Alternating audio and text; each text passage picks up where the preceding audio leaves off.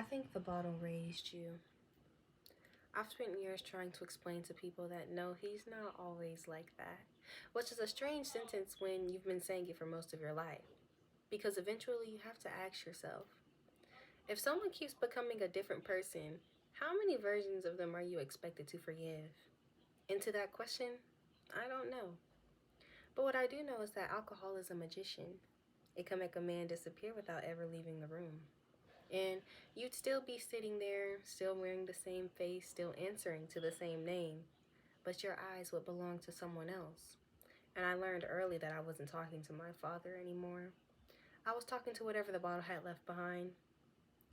People call it alcoholism.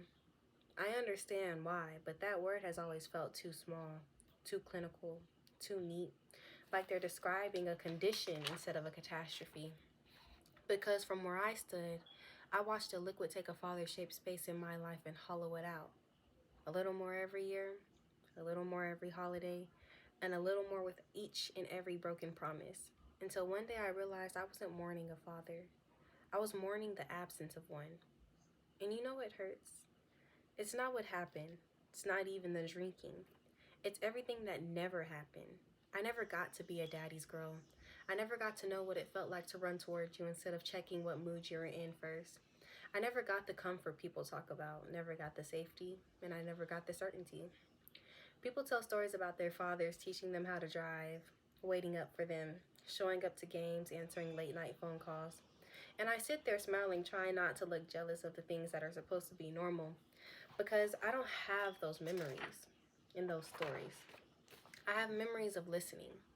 Listening through walls, listening to doors open, listening for footsteps trying to determine which version of you was walking into the house, my father or the bottle. And the bottle won more often than I did. I used to think that if I was quieter, you'd stay. If I was easier, you'd stay.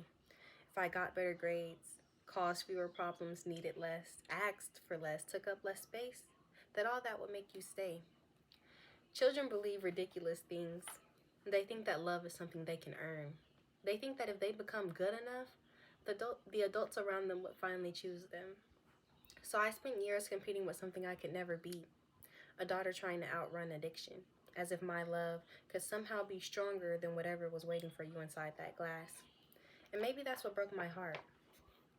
It's not that you drink, but that I kept believing that one day you'd choose me first. I wonder sometimes if you know what you missed. Not the birthdays, not the Christmases, not the milestones, but me.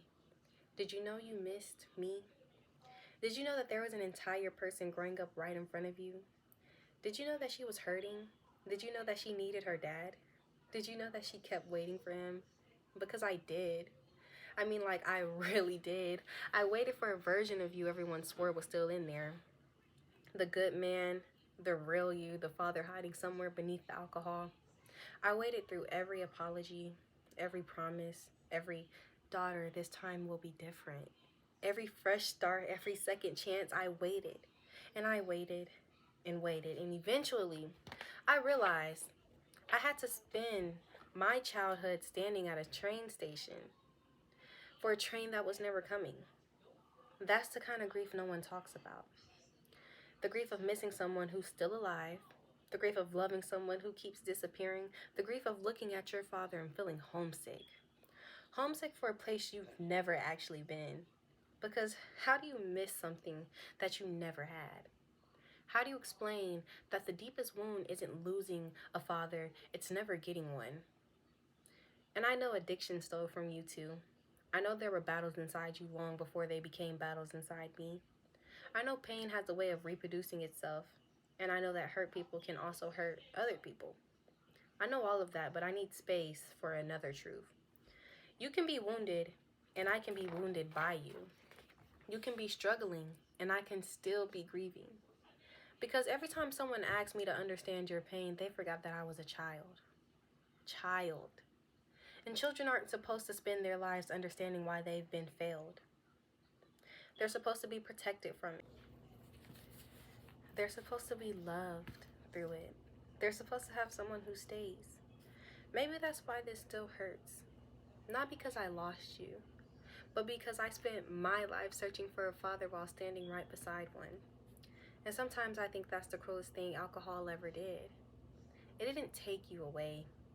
It left you close enough to touch, close enough to hope, close enough to keep waiting while still taking you anyway. It gave you an offer you couldn't deny, even over your own family. So then I stopped trying to love you, Father, but I'll accept you for who you are.